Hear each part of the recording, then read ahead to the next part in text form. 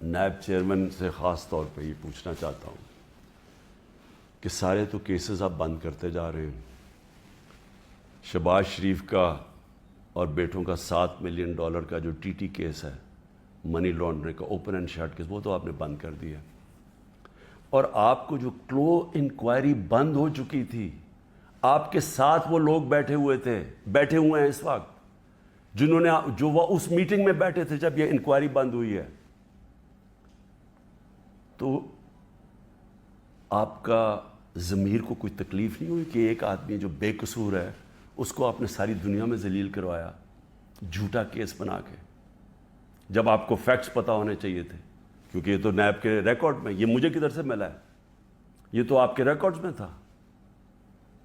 تو انشاءاللہ اللہ الحق ہے، انصاف کا خدا ہے، مالک یوم الدین ہے.